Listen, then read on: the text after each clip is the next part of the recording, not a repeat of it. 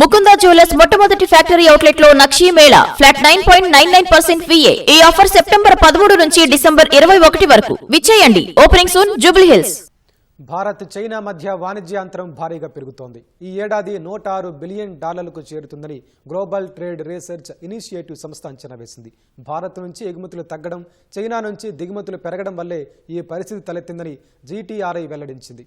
ఈ విషయాన్ని అంగీకరించిన కేంద్ర ప్రభుత్వం వాణిజ్య లోటును తగ్గించేందుకు చర్యలు చేపట్టినట్లు ప్రకటించింది.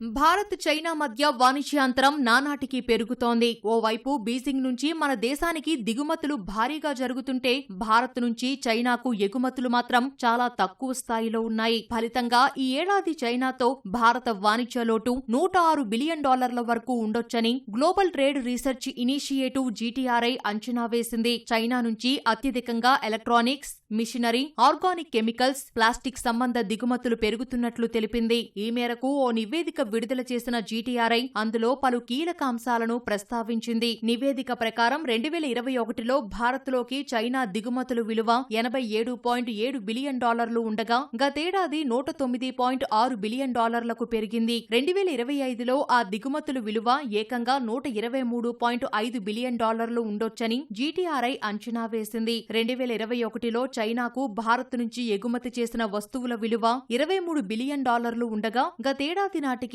ఆ మొత్తం $15.1 బిలియన్ పడిపోయింది. 2025లో ఎగుమతుల విలువ స్వల్పంగా పెరిగి $17.5 బిలియన్ చేరొచ్చని GTRI అంచనా వేసింది. అయితే గతంతో పోలిస్తే ఈ విలువ చాలా తక్కువే ఉంది. ఎగుమతులు తగ్గుతుండటంతో చైనాతో భారత్కు వాణిజ్య లోటు భారీగా ఉంటోంది. 2021లో వాణిజ్య అంతరం $64.7 బిలియన్ ఉంటే గతేడాది $94.5 బిలియన్ పెరిగింది. ఈ ఏడాది వాణిజ్య లోటు $106 బిలియన్ చేరుతుందని అంచనా వేస్తున్నారు. ఈ ఏడాది జనవరి, అక్టోబర్ మధ్య చైనా నుంచి అత్యధికంగా ఎలక్ట్రానిక్స్ సంబంధిత పరికరాలు, ఉపకరణాలు దిగుమతయ్యాయి. వీటి విలువ $38 బిలియన్ పైనే ఉంది. ఇందులో mobile phone components $8.6 billion, integrated circuits $6.2 billion, ల్యాప్టాప్లు $4.5 బిలియన్, మిగతావి సోలార్ సెల్స్, లిథియం అయాన్ బ్యాటరీలు ఉన్నాయి. నవంబర్లో చైనాకు $2.2 బిలియన్ వస్తువులు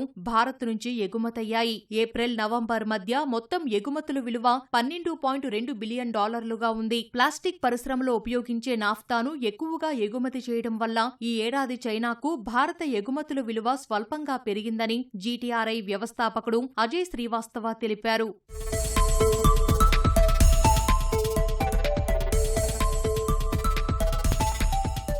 భారత్ చైనా మధ్య వాణిజ్య లోటు పెరగడానికి గల కారణాలను కేంద్ర ప్రభుత్వం ఇటీవల లోక్సభకు వివరించింది. మనం చైనా నుంచి ఎక్కువగా ముడి పదార్థాలను దిగుమతి చేసుకుంటున్నట్లు తెలిపింది. Auto components, electronics, mobile phone విడిభాగాలు, మిషనరీ, వాటి విడిభాగాలు, ఫార్మాస్యూటికల్స్ ముడిసరుకు దిగుమతి చేసుకోవడం వల్లే వాణిజ్యాంతరం ఎక్కువగా ఉందని కేంద్ర వాణిజ్య, పరిశ్రమల శాఖ సహాయ మంత్రి జితిన్ ప్రసాద ఈ నెల 16న లోక్సభకు ఇచ్చిన లిఖితపూర్వక సమాధానంలో పేర్కొన్నారు. అయితే వాణిజ్య లోటు తగ్గించేందుకు అనుసరించాల్సిన వ్యూహాలను ఖరారు చేసేందుకు ఇంటర్ మినిస్టీరియల్ కమిటీని ఏర్పాటు చేసినట్లు వెల్లడించారు.